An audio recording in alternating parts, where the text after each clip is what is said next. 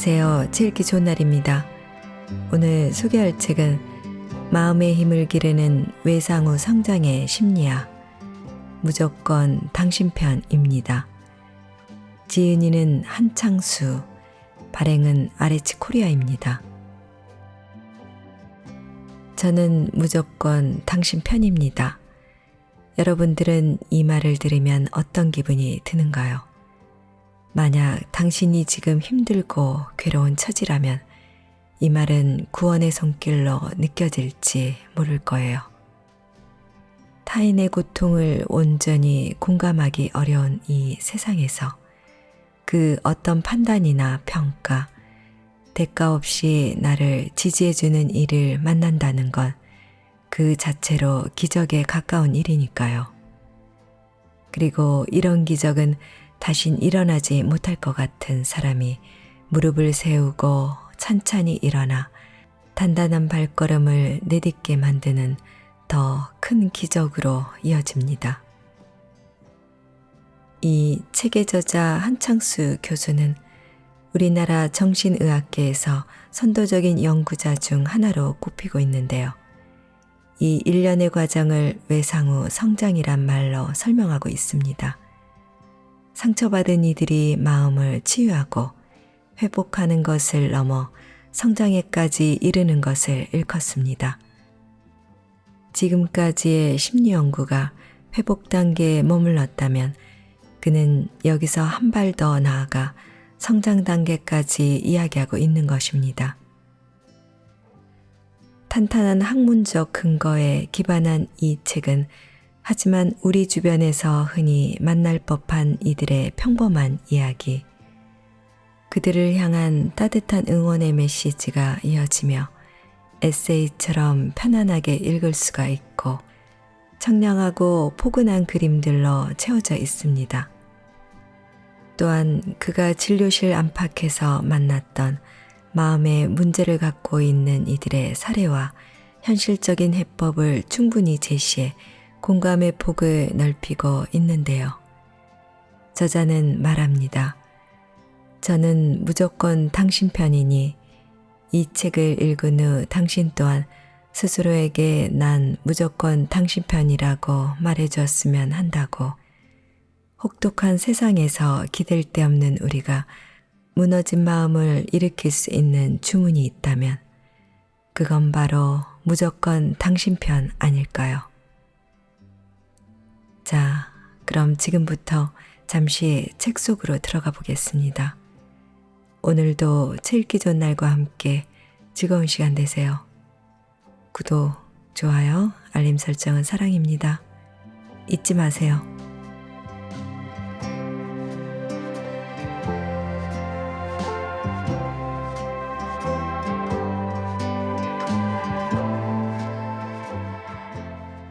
완전히 바닥나버린 내 마음의 곳간. 쥐는 40대 초반에 일하는 엄마입니다. 학교를 마치고 직장 생활을 몇 년 하다가 소개로 만난 남편과 결혼한 후 아이들을 낳고서 평범한 가정주부로 살아온 쥐. 부부관계도 원만했고 시부모님도 비교적 편안한 분들이었습니다. 그런데 결혼하고 약 6년 정도 지났을 때 시아버지에게 병이 나면서 상황이 달라졌습니다.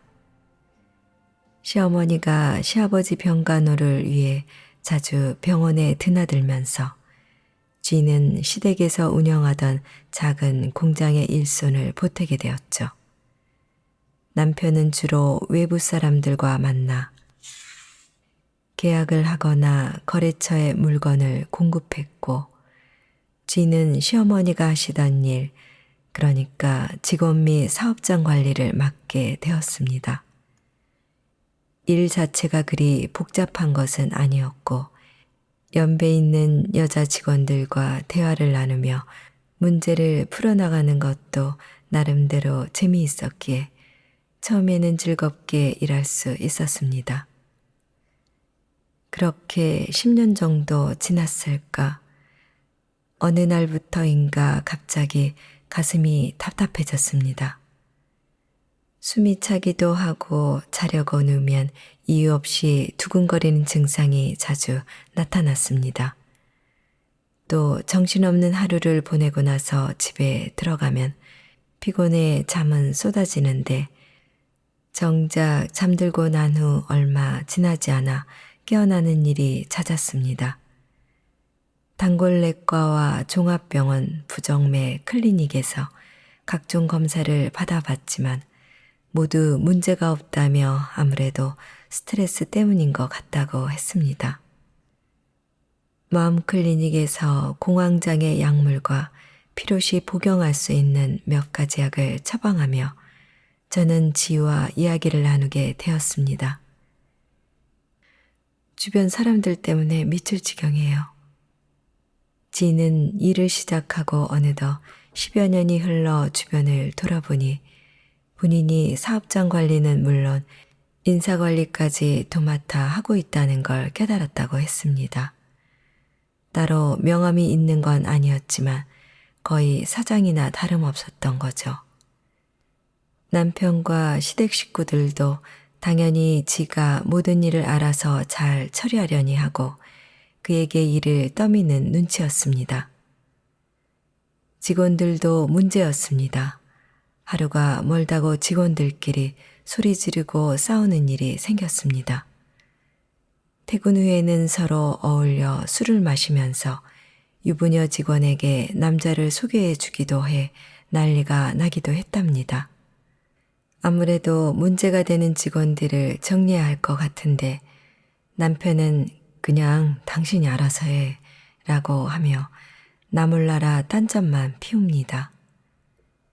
상황이 이런데도 집안 대소사마저 언제나 지의 몫입니다. 어디 그뿐인가요? 집안 사람들의 말도 안 되는 행태를 보다 보면 속이 터집니다.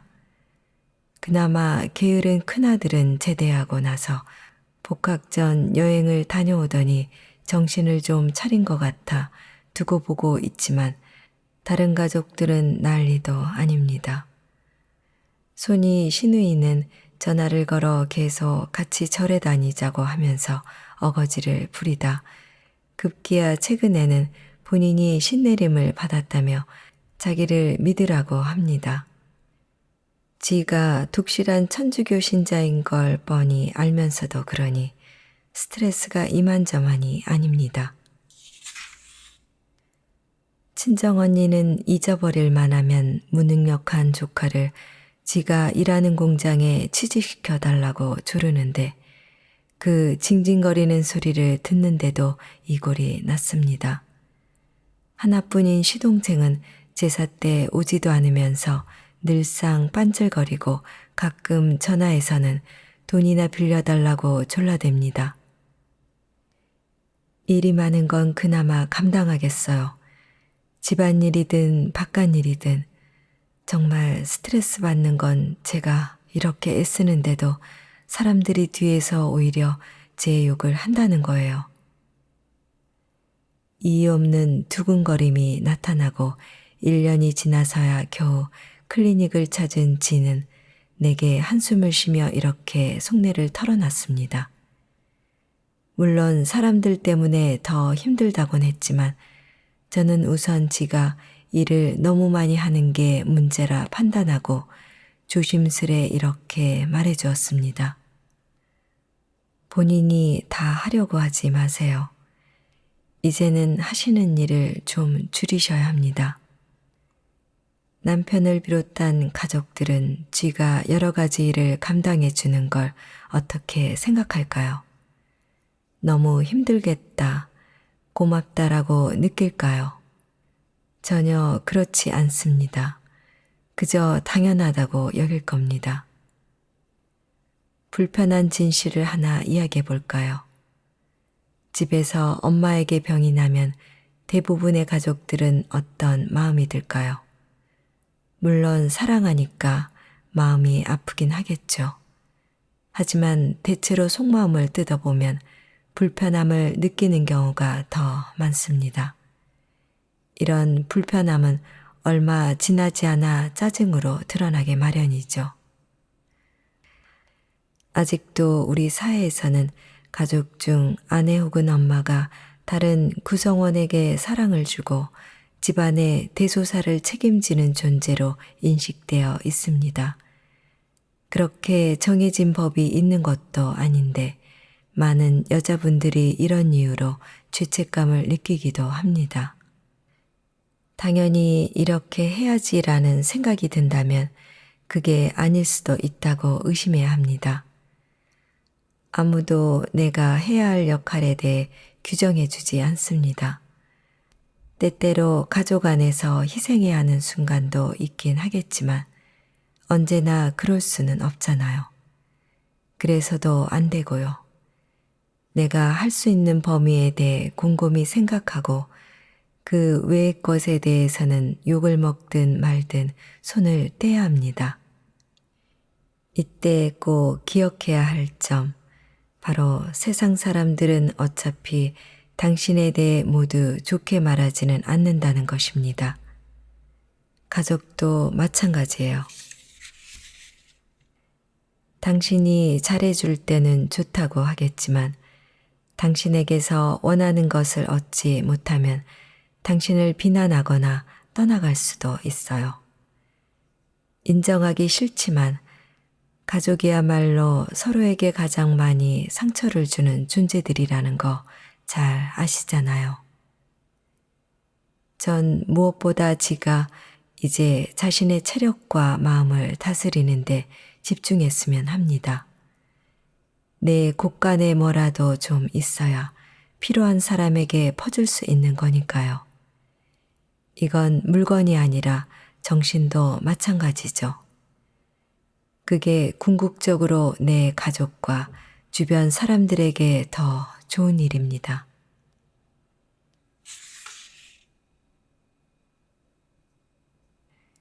긍정이라는 이름의 독. 요즘 많은 청년들이 열심히 사는 게 의미 없이 느껴진다고, 사는 게 그리 행복하지 않다고들 이야기합니다. 기성세대 중에는 이런 청년들을 두고 나약하고 마음 수련을 덜해서 그런 것이라고 말하는 이들이 있습니다. 정말 그럴까요? 경우에 따라 그럴 수도 있겠지만 반드시 그렇지는 않은 것 같습니다. 행복이라는 게 열심히 자기 체면을 건다고 저절로 생기는 건 아니니까요. 미국 웰즐리 대학교 심리학과의 줄리 K. 노름 교수는 자신의 책 걱정 많은 사람들이 잘 되는 이유에서 요즘은 대학에서도 행복과 긍정적 사고에 관한 강좌가 유행이지만 학교에서 배워야 할 것은 긍정적 사고가 아니라 비판적 사고라고 말합니다. 이게 무슨 뜻일까요? 불만을 품고 투덜대는 대신 성공할 거란 믿음을 마음에 새기고 앞으로 나아가라는 메시지가 차고 넘치는 세상입니다. 그러면 성공과 함께 행복도 거머쥘 수 있다면서요.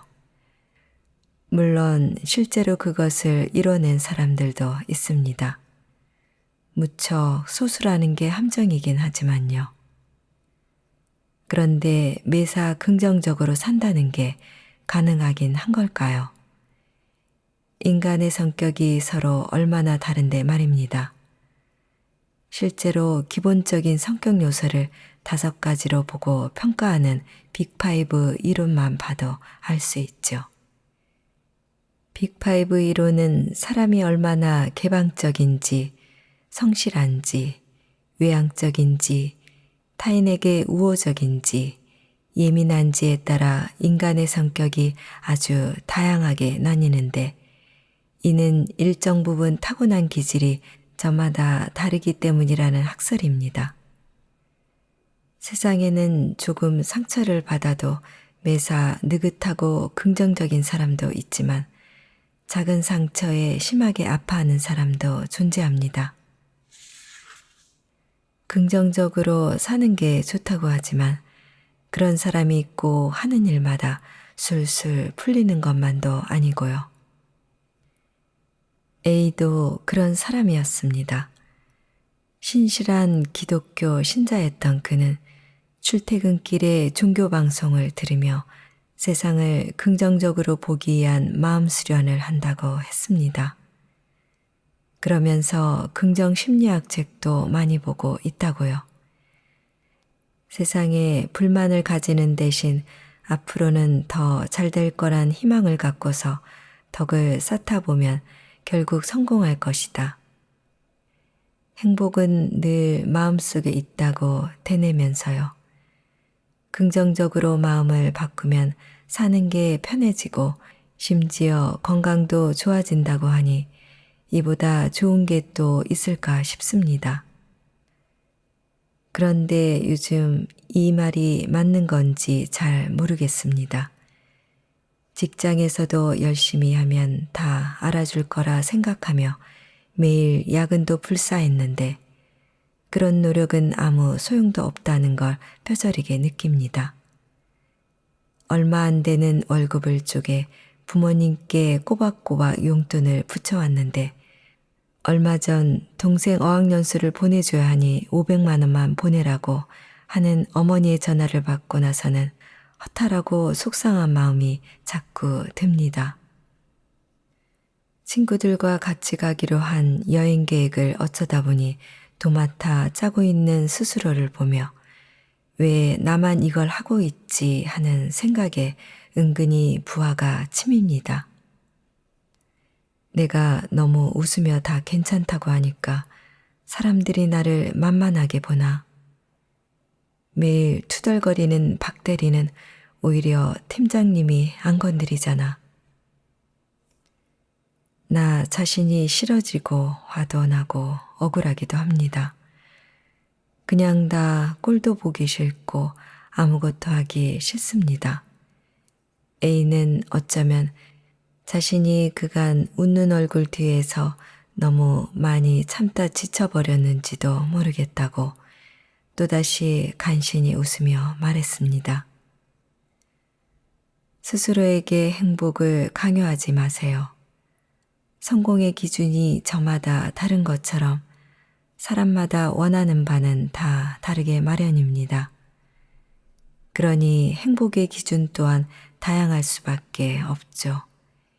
이 사실을 간과한 채 행복해 보이는 남들의 모습만 쫓다 보면 학력, 돈, 승진 등 눈에 보이는 것에 집착할 수밖에 없습니다. 또한 긍정적으로 살기 위해선 긍정적이기 위한 이유가 나름대로 있어야 하는데 근거가 부족한 긍정성은 사람을 피폐하게 만들 수 있습니다. 일은 안 하고 기도만 해서는 주거비나 학비가 나오지 않겠죠.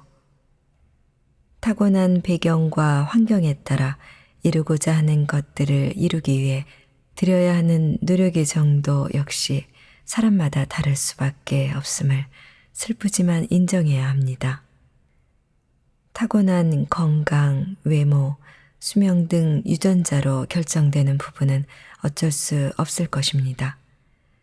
하지만 본인의 성격과 관련된 부분을 잘 가다듬으면서 타고난 부분을 관리하는 것 정도는 할 수 있겠죠. 그렇다면 당장 오늘은 어떻게 살아가야 할까요? 글쎄요, 그냥 살아가는 건요. 유튜브 스타로 유명한 펭수는 미래 계획 따윈 없다고 말합니다. 그냥 매일 자신이 할 일을 하고 살아간다면서요.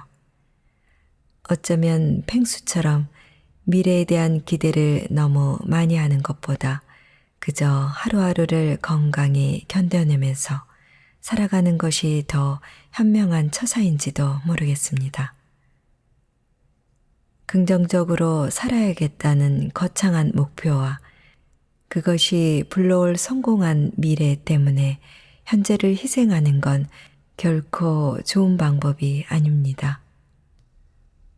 오늘 당장 내 마음이 편해질 수 있는 말을 하고 기쁨이 될 수 있는 일을 해보자고요. 오늘의 삶 전체가 그렇게 채워질 수는 없겠지만 이를 위해 작은 거 하나라도 시작해 보셨으면 합니다.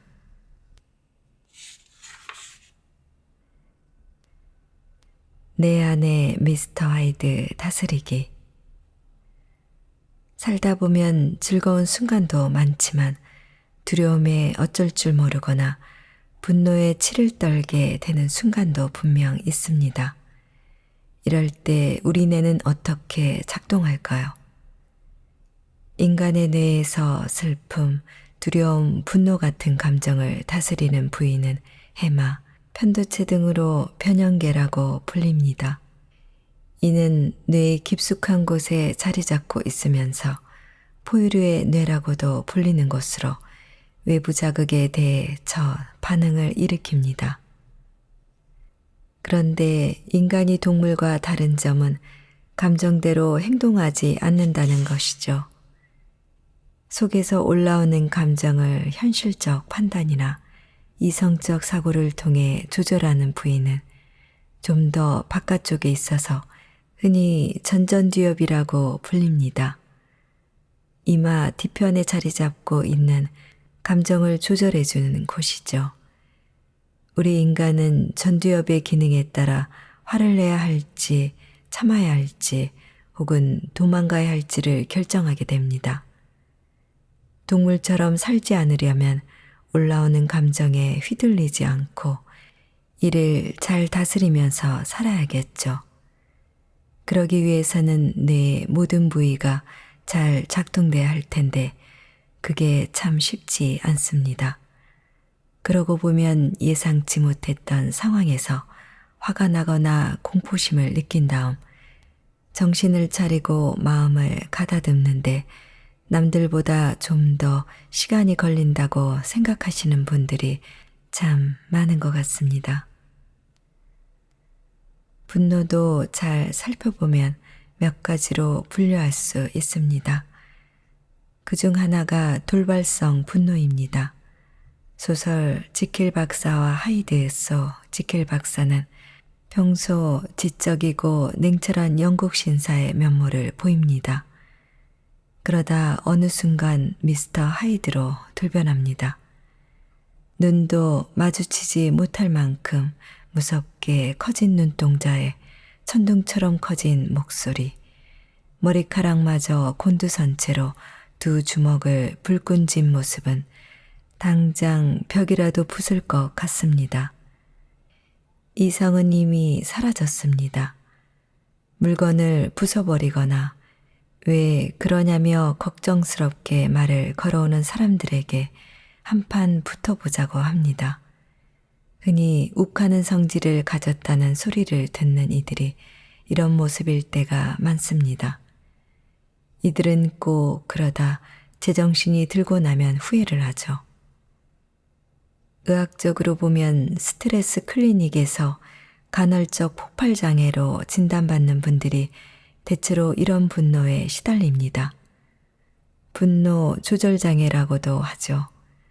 술을 자주 마시는 사람이라면 더욱 분노 조절과 충동 조절의 어려움을 겪게 됩니다.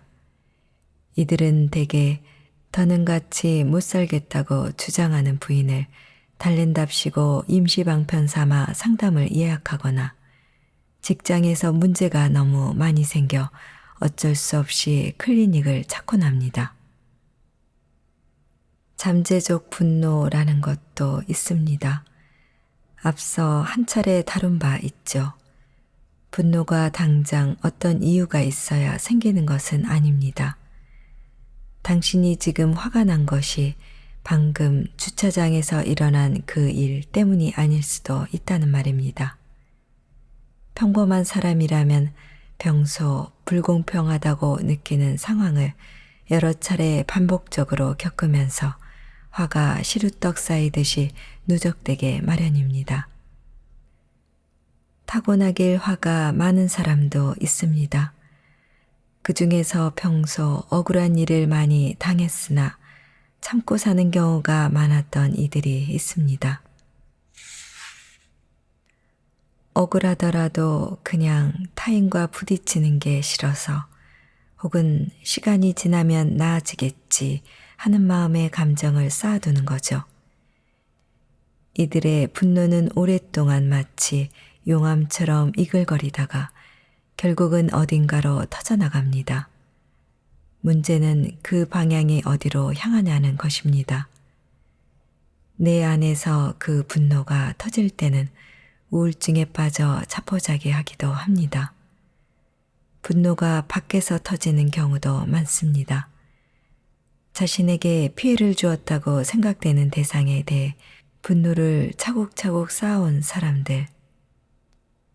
이들은 주로 자신이 불공평하게 대접받았다고 느끼는 상황에 병적으로 집착하고 분노합니다. 그러다가 그 회사, 그 병원, 그 기관에서 일하는 사람들 모두에 대해 분노와 증오를 느끼기도 합니다. 이렇게까지 되는 이들은 성격까지 변해서 사소한 것에 집착하고 분노하는 대상에게 복수하는 상상을 자주 합니다. 그 밖에 체념성 분노나 버림받음에서 비롯된 분노 감정도 있습니다. 인간이란 존재는 사회생활을 하면서 두 가지 규칙을 따르며 산다고 합니다. 첫 번째 규칙은 부모님이 살던 모습을 보고 따라한다는 것입니다.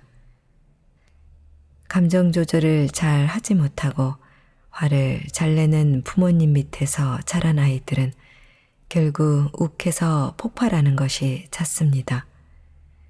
이들은 자라면서 그렇게 하는 게 세상 사는 방식이라고 배우게 됩니다. 안 그러면 오히려 손해를 볼 거라 생각하면서요. 뒤늦게 사춘기를 겪고 사회생활을 시작한 젊은이들이 직장 상사의 행동 방식을 그대로 따라가는 것도 마찬가지 논리입니다. 두 번째 규칙은 인간이란 원래 심리적 보상이 있는 일만 한다는 것입니다. 예를 들어 아이가 화를 낼 때 원하는 대로 해주거나 아님 화를 내서 동료들의 관심을 얻었다면 그 행동을 반복하는 것이 인간의 본성이란 것이죠. 이런 점을 볼 때 나이 먹으면 욱하는 성질을 좀 죽이게 된다고들 하는 이야기는 사실이 아닐 가능성이 큰 것 같습니다. 오히려 분노 조절이 잘 안 되고 참을성이 적은 분들 중에는 처방약을 복용하면서 현저하게 좋아지는 경우가 많은데요. 전두엽 억제 기능을 증진시키기 위한 정신 자극제를 복용해 집중력과 문제 해결력이 나아지기도 하고 항우울제를 복용하고서 부정적이고 안 좋은 것에 꽂힌 생각이 제자리를 잡아가기도 합니다. 간혹 축두엽의 이상으로 감정 조절이 어려운 경우도 있는데 이럴 때는 환경연제가 도움을 줄 수 있습니다. 그러니 스스로 감당이 되지 않을 정도로 감정 조절이 안 된다고 느끼고 있다면 꼭 상담을 받아 보시길 권합니다. 만약 병원에 가야 할 정도의 문제는 아니지만 그래도 자신이 넘치는 화로 인해 손해를 꽤 자주 본다고 느낀다면 다음의 방법을 활용해 보세요. 첫째, 자신이 화가 난 상태라는 것을 인정하세요. 둘째, 감정이 가라앉기 전에는 잠시 쉬는 시간을 가집니다. 셋째, 감정이 남아있을 때 행동이나 말을 하고 싶은 충동을 참으세요. 넷째, 집으로 돌아가면서 나를 화나게 했던 상황을 다시 한번 생각해 보세요. 그 문제를 어떻게 했어야 나한테 이로운 일이었을지를 생각해 보시기 바랍니다. 화를 가라앉히는 가장 좋은 방법은 화의 원인을 제공한 사람을 직접 찾아가 자신의 고민을 이야기하고 같이 푸는 것이라고 합니다. 하지만 실제로 증오를 버리는 가장 좋은 방법은 감정을 전환하거나 무관심해지는 것입니다. 정신 분석학자들에 의하면 용서는 자신을 해친 대상에게 연민과 관용을 베풀어 그 대상을 받아들이는 행위라고 합니다. 하지만 그 인간을 용서하는 건 죽어도 하지 못하겠다면 그냥 두세요.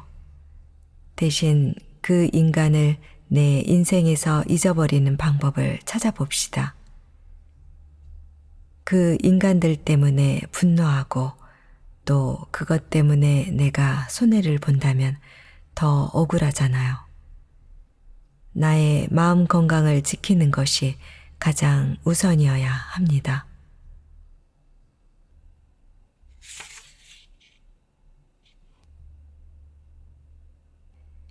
미래의 기억을 단련하는 법. 미래 기억이라는 말이 있습니다. 이는 인간의 이마 안쪽에 자리 잡고 있는 전두엽의 실행 기능 중 하나를 말합니다. 이름은 복잡해 보이지만 사실 어려운 뜻은 아닙니다. 무언가 하고자 할 때 앞으로 할 일들을 순서대로 정리해 머릿속에 넣어두는 능력을 말하는 것입니다. 성공한 기업의 CEO나 존경받는 리더들 중 이런 능력이 뛰어난 사람들이 많습니다. 미래의 기억의 구체적인 예를 들어볼게요. 자전거를 끌고 한강변 산책을 준비한다고 상상해 보세요. 운동복을 입고 양말 신고 손수건을 주머니에 넣고 자전거 타이어 압력을 체크하고 한강변까지 자전거를 끌고 나가는 과정을 미리 상상하고 그 순서대로 실행하는 것, 이것이 바로 미래 기억입니다. 이는 목욕을 할 때나 오늘 나갈 옷들을 챙겨 입을 때도 모두 작동하는 뇌의 기능입니다. 라면 끓일 때 물 올려놓는 것부터 시작해 파와 계란 넣는 것까지 잊지 않고 수행하는 기본 능력이 미래 기억인 것이죠. 그런데 스트레스가 많은 날 또는 기분이 무척 나쁜 날, 다른 생각에 골몰해 있거나 왠지 모를 불안한 기운에 시달릴 때가 있습니다. 그런 날에는 앞으로 해야 할 일들을 계획하거나 그 일들에 집중해서 유지해 나가는 능력이 떨어지게 됩니다. 실제 우울 증상에 오래 시달린 분들이 건망증을 호소하는 경우도 많고 우울 증상이나 스트레스 치료를 잘 받고 나면 건망증 같은 인지 기능의 저하가 나아진다는 연구 결과들도 많습니다. 요즘은 우울증 약 중에도 우울 증상뿐 아니라 건망증에도 좋다는 약들이 나오는 실정이니까요. 인지 기능이란 우리 뇌가 가지는 기능들, 기억력, 언어 능력, 계산 능력, 집중력, 판단 능력 같은 것들을 통틀어 부르는 말인데 이 중에서 미래 기억 능력이 떨어지면 그것 때문에 더 불안해질 수 있습니다. 혹시 우울 증상 또는 치매로 이어질까봐 걱정에 시달릴 수도 있습니다. 그렇다 보면 일은 더 안 되고요. 아무래도 나는 이 일이 적성에 맞지 않나 보다 생각하고 단념해 버리는 거죠. 평상시 편안하고 안정된 마음을 유지하고 사는 사람들은 뇌 기능도 안정되어 있다고 합니다. 이 기본 뇌 기능이 안정되어 있으면 순간적으로 상황을 판단하고 일을 진행하는 능력도 좋고 스트레스에 대한 저항력도 좋지만 심한 스트레스를 받으면 기본 뇌 기능이 안정되지 않고 무언가 좀 흥분된 상태에서 제 기능을 다하지 못하게 됩니다. 마치 탁구 선수가 안정적인 준비 자세를 하고 있어야 날아오르는 공을 제대로 받아낼 수 있고 태극권 고수가 아주 편안한 상태로 있어야 상대방의 공격을 대받아 쳐낼 수 있는 것처럼 말이죠. 이를 돕기 위해 클리닉에서는 마음을 다스리고 뇌를 안정시키기 위한 상담을 진행하고 우울이나 불안 증상에 대한 약뿐만 아니라 명상이나 인지치료, 뉴로피드백 같은 치료들을 처방하기도 합니다. 요즘은 마음과 뇌를 다스리는 각종 디지털 보조 도구들도 나오고 있어서 적극적으로 사용해 볼 만합니다. 그 외에 클리닉에 가기 전 당신이 할 수 있는 일은 무엇일까요? 나의 뇌 기능 점검하기. 가장 먼저 할 일은 내가 과연 미래 기억을 포함한 뇌 기능이 떨어져 있는지를 잘 생각해 보는 것입니다. 젊은 성인들의 경우 뇌 기능이 실제로 떨어져 있기보다는 오히려 만성 스트레스나 불안 증상 때문에 제 기능이 안 나오는 경우가 더 많으니까요. 나의 실수 짚어보기. 내가 어떤 경우에 미래 기억을 놓치고 있는지, 건망증 때문에 실수를 할 때는 언제인지 잘 생각해 보세요. 혹시 너무 바쁜 날이나 잔소리를 많이 들은 날 실수를 하게 되진 않던가요? 그렇다면 이는 스트레스에 기인했을 가능성이 큽니다. 일정관리 프로그램 활용하기. 좋은 일정관리 프로그램을 마련해 보세요. 마음에 쏙 드는 다이어리에 해야 할 일을 정리해 놓을 수도 있고, 스마트폰 앱을 이용해 해야 할 일을 일정에 맞춰 정리해 두는 것도 좋은 방법입니다. 굳이 머릿속에 다 넣고 있을 필요 없잖아요. 그러다가 잊어버리기 십상이니까요. 복창하기. 혹시 윗사람과 함께 일할 때 지시받은 걸 잊어버려서 놓치는 경우가 종종 있나요?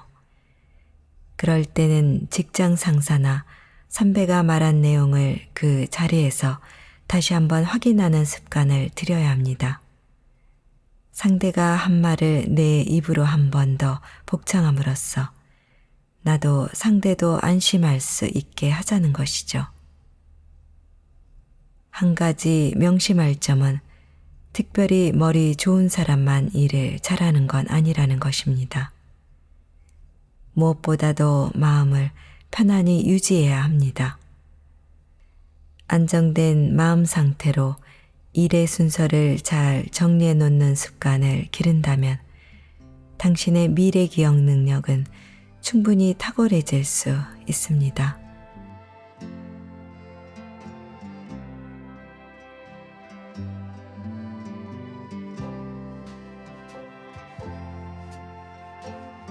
책 읽기 좋은 날 오늘은 무조건 당신 편을 보내드렸습니다. 감사합니다.